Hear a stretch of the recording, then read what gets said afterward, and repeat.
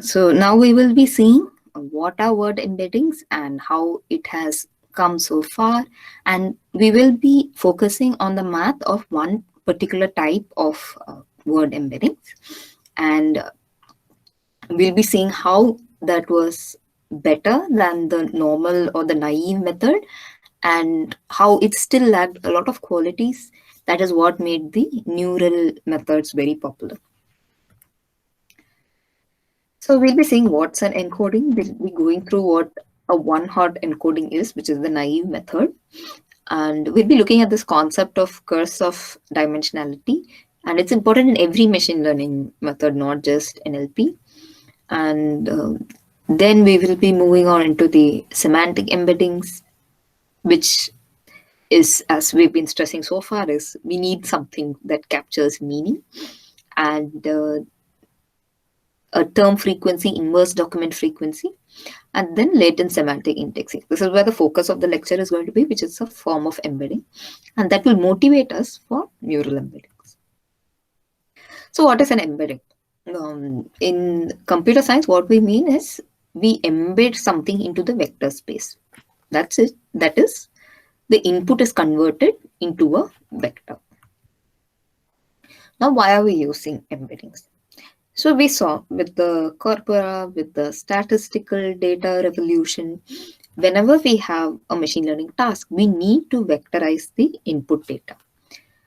Usually, how do? We see the domain and we create a set of features, and then we create a training data based on those features. Now, instead of manually curating for every domain some vector, like for sentiment analysis, saying that good or bad the words are useful, or say for question answering, verbs and the subject are useful. So instead of manually engineering these words, what if every word itself had a vector form? So we have a sentence, a lot of words, and if each of them was a vector, we could combine them. We could take average, or we could do something intelligent with them such that I don't have to break my head and find out what the features are. And I just have to use, okay, this word means this vector, I'm sorted. So that is why we look forward to embeddings to ease the burden of feature engineering. So the first naive approach is to use one-hot encoding, where you have a vector of the size of the vocabulary and you just mention whether the word is present or not. So if my corpus is just the 3 words, the cat ran, then I could have a vector of size 3, which says 010100001, as you can imagine. You can do something slightly more intelligent. Say you have frequency or something like that. You can just, instead of using 1, you can weight it by the frequency and so on. And this uses a model known as the bag of words model, which is just it decomposes all the sentences to a set of words, and we just take the unique words. And that is our vectorial representation. Now, the problem with this is a typical corpus has millions of unique words. Forget the number of words, but the unique words itself is large. So what this means is, in the last slide, I showed a vector of size 3. But in reality, such methods use vectors of size, say, 1,000,000. It's a space we can't even imagine. Like anything more than 3 dimensions itself is quite hard to imagine. But it's so huge, the space, and each word is going to be among the 1,000,000 dimensions. Most of it is going to be 0, and there's going to be one feature that's going to be 1 or non-zero. So what that means is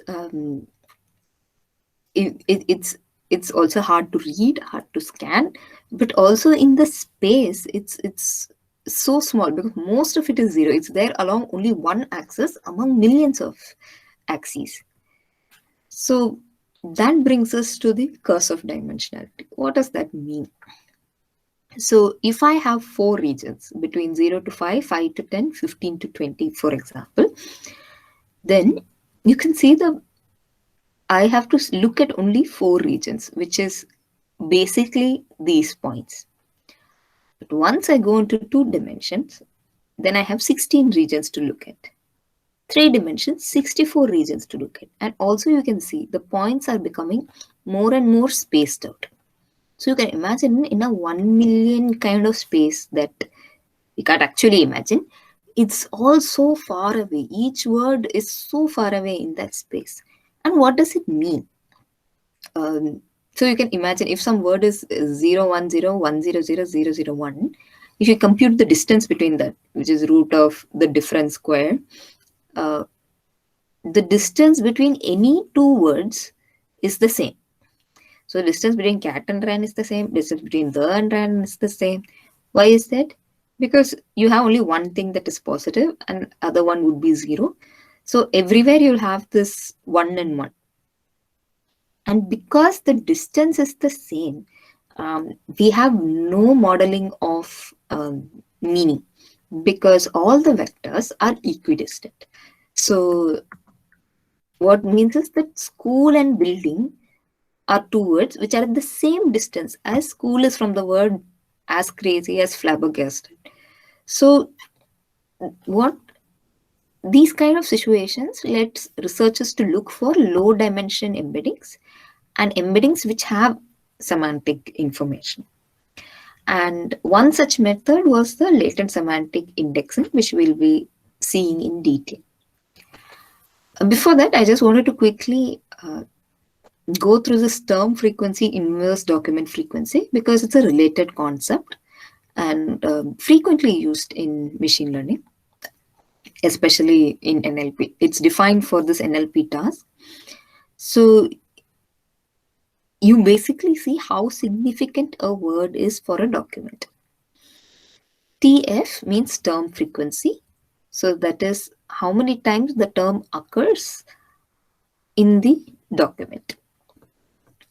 Inverse document frequency is how many times it occurs in all the documents. So what am I trying to say? If there is a word like the, in all the documents, the is going to appear very frequently. What does this mean? It means it's not so important to you. It's not a defining characteristic of your document.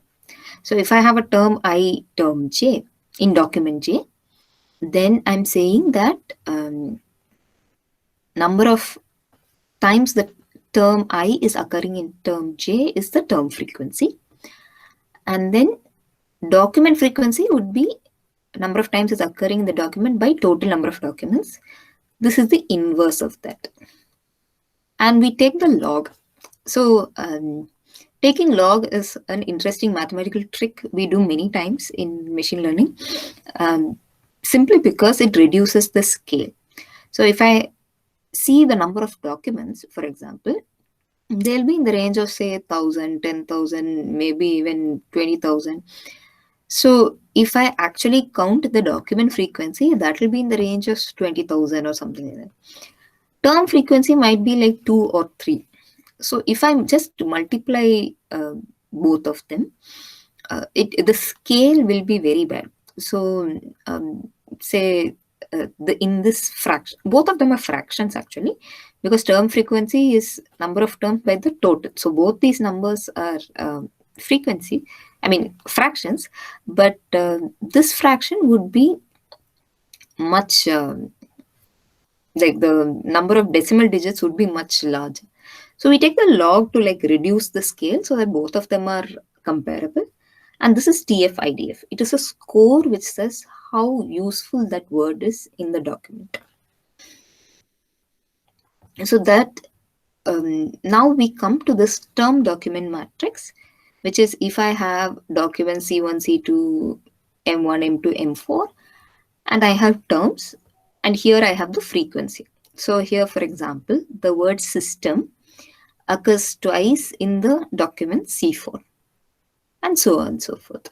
So this again will have a lot of zeros, and if the term does not occur, and so on. So we'll be starting with the term document matrix for latent semantic indexing. So what is this idea? you get some idea of semantics. That's why the latent semantic word is used. What it does is it creates an approximation of the term document matrix. So this is the actual term document matrix, and we are going to approximate. What that does is it creates a representation of not only terms but also documents. And this is a completely mathematical approach. There is no domain knowledge involved. I have a set of terms, I have a set of documents. Computing this matrix is straightforward. You're just going to count the words and build this matrix. From this term document matrix, I will be deriving embeddings for both terms and documents. And these are adapted from Christopher Manning's slides. He's an NLP professor in Stanford. And there's an interesting course by him also on YouTube on the same deep learning and NLP. You can check it out. So now we come to the math. And here I am going to take a lot of assumptions, a lot of things without proof. But I'll still be trying to give the flavor so that you get the intuition of why this LSA method works. So for that, we'll recap with eigenvalues and vectors. Have you learned this in math?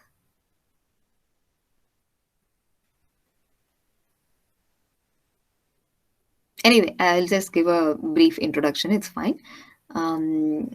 So if I have a matrix and I have a vector, I'm basically trying to find a vector such that SV is equal to lambda V. Why am I doing this?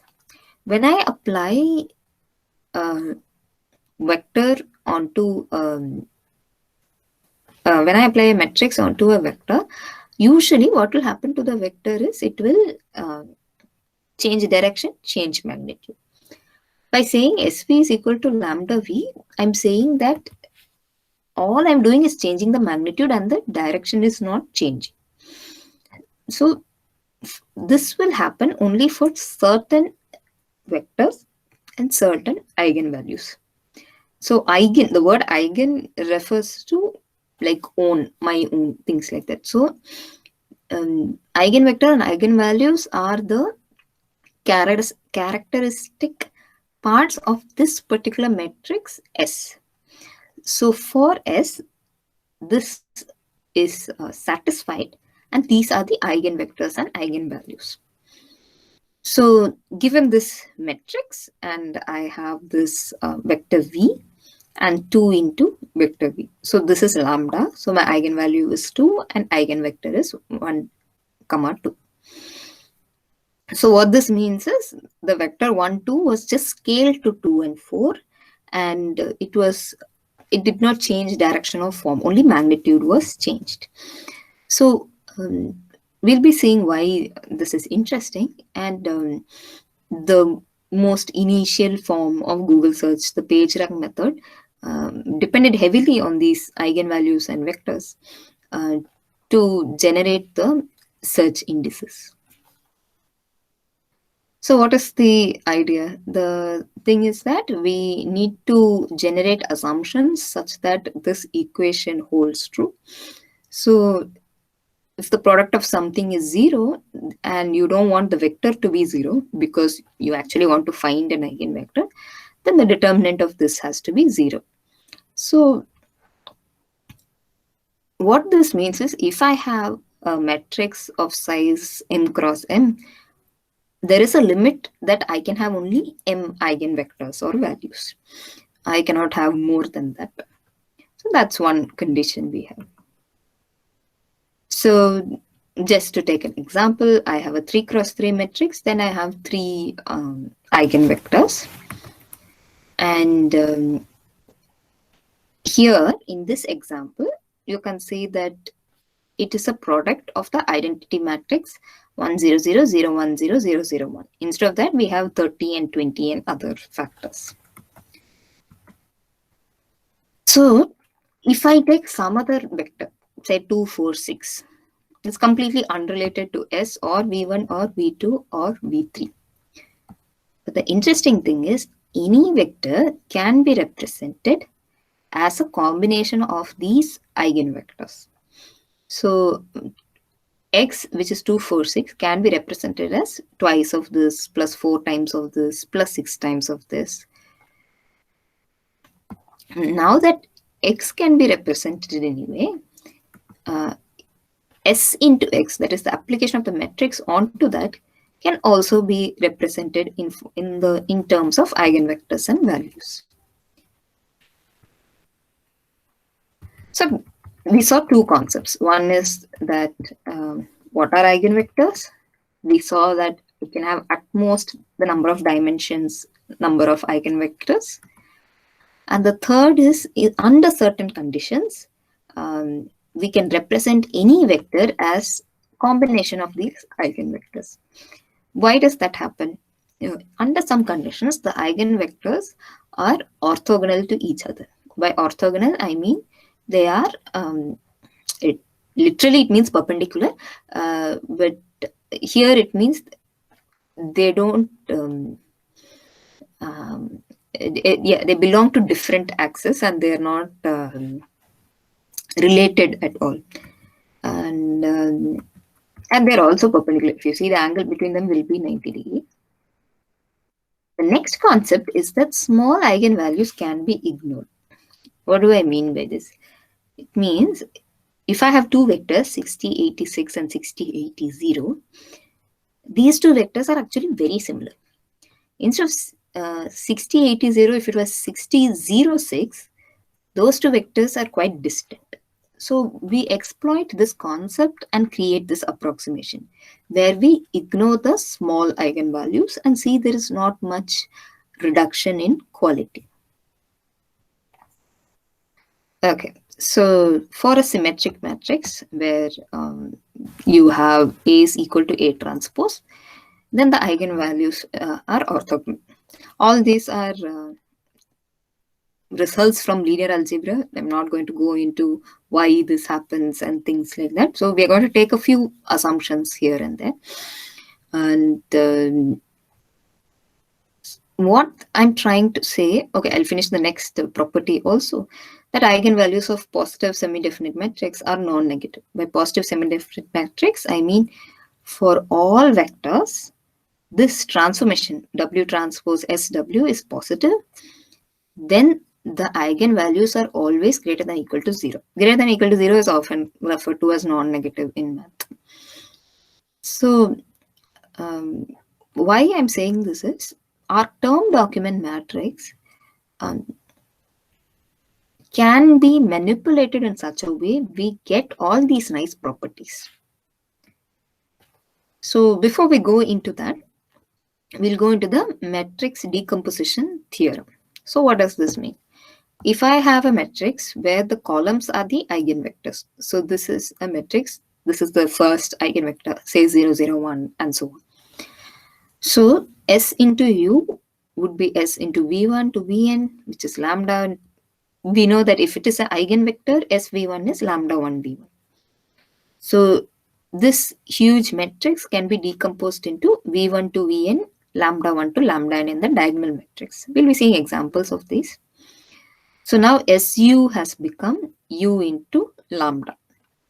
Then what do? We take the inverse. So U inverse SU is equal to lambda and S is equal to U lambda U inverse. And it follows a lot of matrix algorithms. So you have this, whether to put inverse here, U here, and things like that. So yeah, it has become a linear algebra class. What are we doing here? Why is this relevant? Because we initially started with M cross N term document matrices. But in this discussion, till now what we have seen, everything was a square matrix, M cross M, and so on. So how are we going to change our term document matrix into a square matrix? And what are we going to gain from this processing? That's what we're going to see. So first step is we need to create a square matrix. Now, the idea is that if I have two vectors, xi and xj, I can compute dot product, then that will give me a scalar. I can also compute xi xj transpose. What that will do is it will create a a matrix of products. So if x is x1 to xn, xx transpose will create something like x1 square, x1 x2, x1 x3, x1 x4, blah blah blah, x1 xn.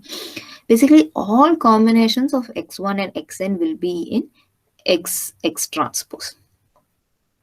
Now, this is a self matrix. That is, it's completely a this is for any method you can apply this, even if it is not a document type thing.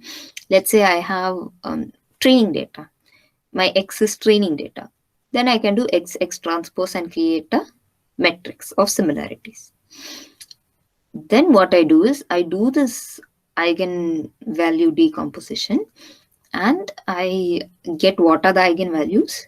We saw that we can drop off the lower valued eigenvalues.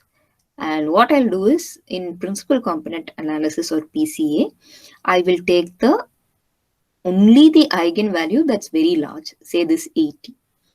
So I will report a vector like 0, 80, 0, and I will project all the information onto this vector, and that will decompose it to a single dimension instead of 3-dimension or so on. So what a lot of successful image compression techniques have been built on PCA, and it's completely statistical method. So this analogy helps us create useful approximations that are backed by experiments. It's not like we're developing this approximation and it is of, it's only of academic interest. So these methods create very real and interesting industrial significances. So now we come to singular value decomposition, where we saw for a square matrix what is happening. Now, if I have a matrix, a term document matrix, M cross N, then it can be represented as an M cross M, M cross N, and N cross N. So the whole thing is still M cross N, but it can be decomposed this way. And again, this is like, this is a proof I am not going into, but we'll be seeing examples of what is happening. So keeping in mind that A is U sigma V transpose, what is A transpose? Now, A transpose, also you should know that under some conditions, transpose and inverse are interchangeable. And our term document matrix very conveniently satisfies all these various conditions. So we already saw, just to recap, that if A is U lambda U inverse, A transpose will give you a very similar thing of Q lambda Q transpose. Now, when you take that, A transpose will give you something in terms of U. A transpose A will give you something in terms of V. Okay, so U and V will be the eigenvectors of either A transpose or A transpose A. And the next interesting part is both the matrices A transpose and A transpose A will have the same eigenvalues. Finally, we have this, because there is this square here, the square root of that is called the singular values. And that is this final sigma matrix. And we'll be seeing how the system will be evaluating this shortly. So I have an example. So this is an M cross N matrix. So you can take it as 3 terms and 2 documents. Of course, here you have negative and all, so it's just an example. So this matrix singular valued decomposition is basically an M cross M matrix, uh, M cross M matrix, and N cross N matrix. So if you multiply these three, you'll get back this. That is the idea. So if I have A like this, then I have U sigma V transpose, and A transpose, this should have been transpose. A transpose is the reverse, basically. So now we come to reduced singular value decomposition. This goes back into the PCA idea that we will retain only the k singular values and we will set the rest to 0. So now everything becomes, instead of m cross n, as you might remember, it becomes m cross k cross k cross n. And this is known as reduced singular value decomposition, and it is space saving and also time saving, because you reduce the number of multiplications. So what are we going to do with this information? That's what we're going to look at.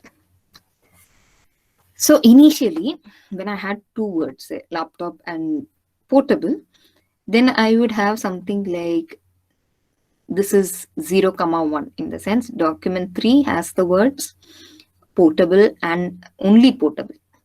And document 1 has the word only laptop. And document 2 probably has somewhere in between. The frequency is somewhere in between.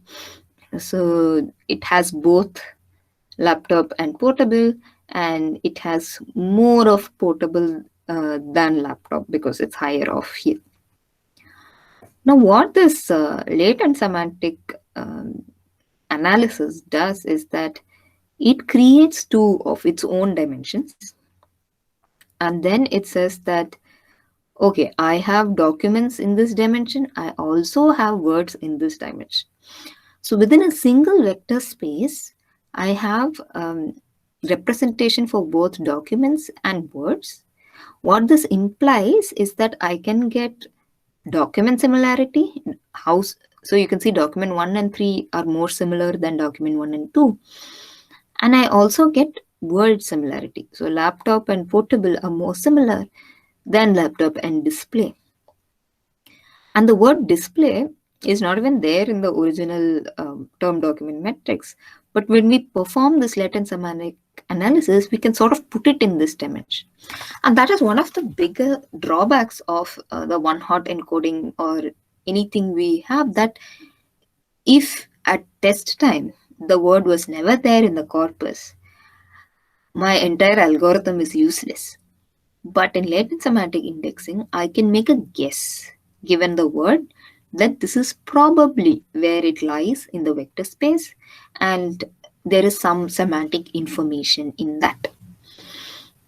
So that is the advantage. The disadvantage is that we don't know what these things represent. So there is a lack of interpretability. That is the disadvantage in latent semantic indexing.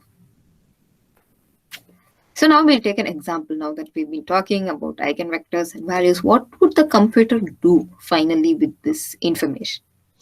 So I have a set of words, I have a set of documents. This is my term document matrix. Now, it will first generate this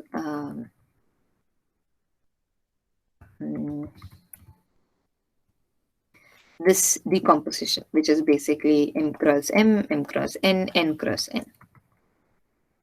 So from the term document matrix, I get first 5 cross 5.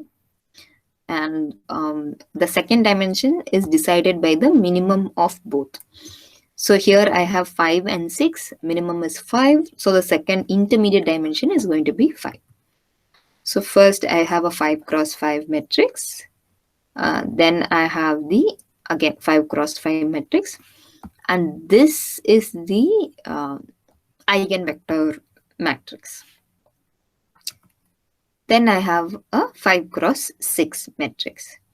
So these three are done using the analysis before, that you would get the singular value decomposition. Then the interesting thing we do is, if I multiply u, sigma, and v, I will get back this. There's not going to be any change. But now what I'm going to do is drop the various non-significant eigenvalues. And we usually, for our convenience, we arrange the eigenvalues in decreasing order. Now what we're going to do, we are just going to skip these dimensions. So in U, 3, 4, 5 is going to become 0.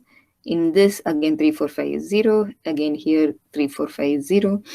So now I have only few values that I'm going to concentrate on. Now this reduced U, sigma, and V, when I multiply, I get this representation. Now this is interesting because if you compare these two matrices, you have you don't have the word ship in the document D2 at all. But with this analysis, I am saying that there is some amount of ship in document D2. There's some amount of ship in document D4, D5, and D6. So, and there's also negative terms. How do you interpret negative terms? So, in the term document matrix, we had an idea that this is just frequency of the terms, or maybe even presence of the term. So, there's a very nice interpretation to that. But in our reduced space model, we don't have such a clean interpretation. But we have values for all the 0 places. So it gives us some representation. Then it gives us a word representation and a document representation. What do I mean by that? So the word representation is, the word ship is actually 0.85 D1 plus 0.52 D2 plus 0.282 D3, 0.13 D4, and so on. And this is the representation for boat. If I want to find out how similar ship and boat is, I will do cosine similarity between both of them. Let's take the reverse. If I have to find similarity between two documents, D1 and D2, then I will use the vector space in terms of words and then find the cosine similarity between these two columns. So this became very popular, and a lot of extensions on LSA has been done. For example, there is the Wikipedia something SA, which is basically doing the same thing on something as large as Wikipedia, and gives us very interesting word vectors and document vectors and so on. The next most interesting thing is there's something known as a query optimization. What it does is, if I come up with a word, something, ship, boat, ocean, wood, what can you say with this? Maybe, I don't know, maybe flower or something like that. And you'd want it to be more similar to wood and tree, but maybe sort of far away from ship and boat. So if I have the word flower and I have the, I can count the document frequencies, then I can project it onto this matrix using this formula, and I'll just create the representation. Once I have that representation, I can do the same similarity matrix. Similarly, I might have a document, say D7. Then I can say how I can count the number of times these words are occurring. Create a new vector in this reduced space using a similar, instead of U, you will be having V in that case. So U is for terms and V is for documents. So this is the method in general, and we'll now be looking at the pros and cons. I already discussed, so here, similarity of D2 and D3 in the original space was 0. Because when you take dot product, you will get 0 into 1 plus 1 into 0 plus 1 into 0 plus 0 into 0. So when we use these kind of naive one-hot encodings, uh, getting zero is very easy because, like I said, most of the terms will be zero. But in this reduced space, you actually have some amount of similarity. And you would imagine in the real world, when you have documents, not all of them will be a set of, not all of them will be completely dissimilar. There will be some amount of similarity. And as I already discussed, we can look at both similarity of words and similarity of documents. And another interesting thing is, one is you can start with the presence, so it's just ones and zeros. You can do frequency, or as we discussed before, you can do the TF-IDF scores here. That also leads to a better LSA representation because you also encode whether that word is important for the document or not. Now, this leads to a plethora of applications. We can have partial matching of queries and documents. So what I mean by that is when there is no document containing the search term, we can say what is the closest document I have to that. Because what will happen is in this space, I have a word that is not there in any of this. For example, even in this, like the word computer and display, I can just put it in this space and say, okay, probably document 3 is closest to that. Similarly, I can do the reverse also. For that is, find the closest word for a document.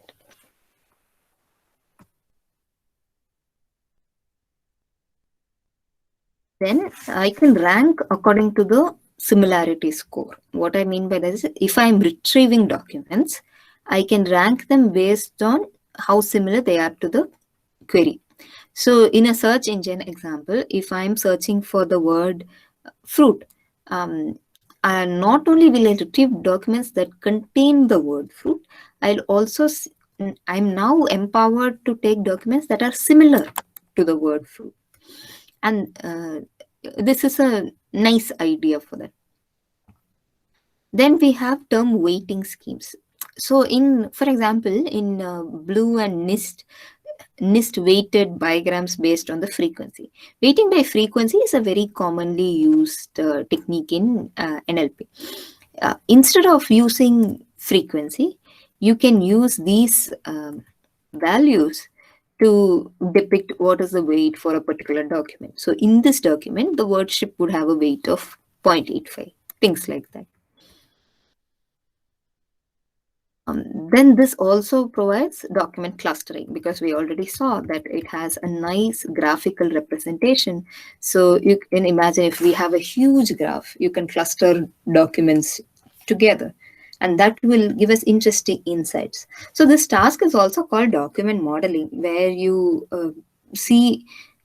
you have a set of documents and you see how similar documents are, what are the topics in the documents, and for example, differentiating between there are a lot of document modeling data sets available, but one of the famous ones is differentiating IBM dataset with Mac dataset. So that's very difficult because a lot of the words are common, a lot of the sentence structures are very similar. So in that kind of retrieval thing, I want to say that the documents in the IBM Mac datasets are very similar compared to another dataset. So this also provides a way of clustering of documents as well as clustering of words. So application oriented wise, there was a lot of focus initially on the document analysis part rather on the word analysis part. But I felt before going into word embeddings, this is a good way of seeing word representation as well. Now, because this was seen through the lens of document retrieval, we'll be coming to the cons soon enough. So yeah. And it gives a nice geometric interpretation. I just put the query in that space and then I can get the closest word, I can get the closest document, and so on. Okay, so the problem is, what about polysemy? We saw the original problem we had with the one hot vector is it could not capture polysemy and synonymy. But even in LSA, we cannot capture polysemy or synonymy because if a word has multiple meanings, there is no way you can differentiate. What is going to happen? You are going to have a word that is going to occur in multiple documents, but it might be occurring in very different kind of documents because it is having different meanings. That is not going to be captured. Synonymy is also not going to be captured. If I have two different words that mean the same, I won't be getting vectors that are similar unless they occur with the same frequency in different documents. So synonymy is also difficult. So this is why neural embeddings became popular. Though it didn't solve the polysemy and synonymy part, it improved representation for documents and for retrieval, and in that space it was successful. But also you need to think about the idea, right? Like, what are we doing?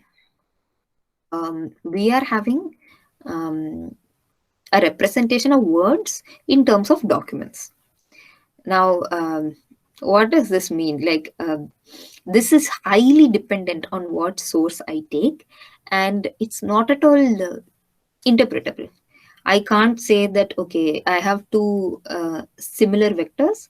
Are they similar in meaning or are they similar in how they're distributed in documents? Because of this, this is not used as a word modeling task, but more like a document retrieval task. But for small data sets, it is very powerful, even the word model part. So once you have this decomposed set of values, this you can do, for example, when I have this matrix U, I can do U transpose, get a word matrix. That gives a better representation for the words instead of using a word document matrix.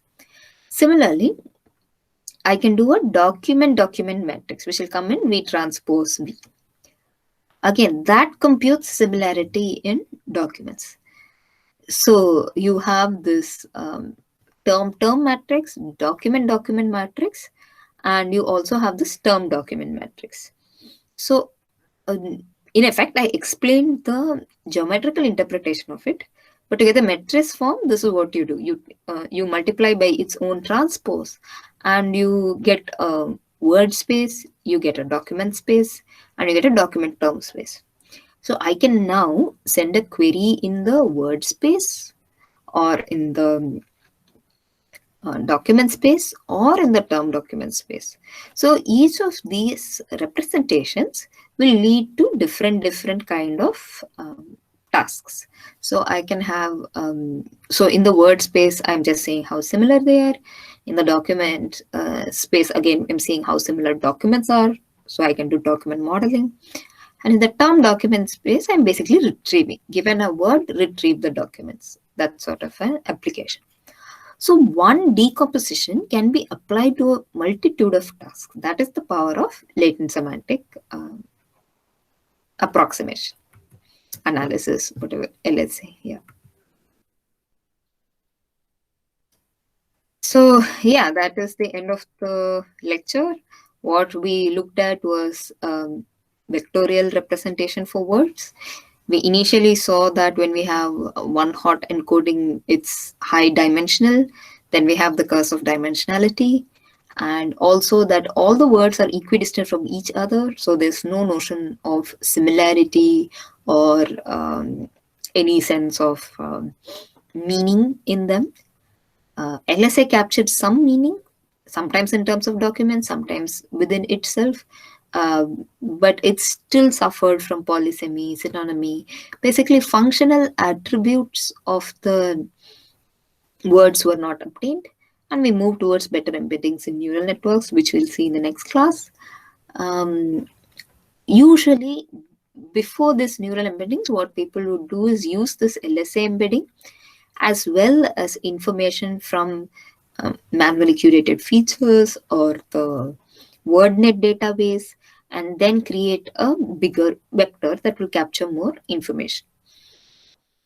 Now, the drawback of WordNet is that, first of all, it's a manually curated database, but it's very dependent on English, and it doesn't capture a lot of the changing qualities of language.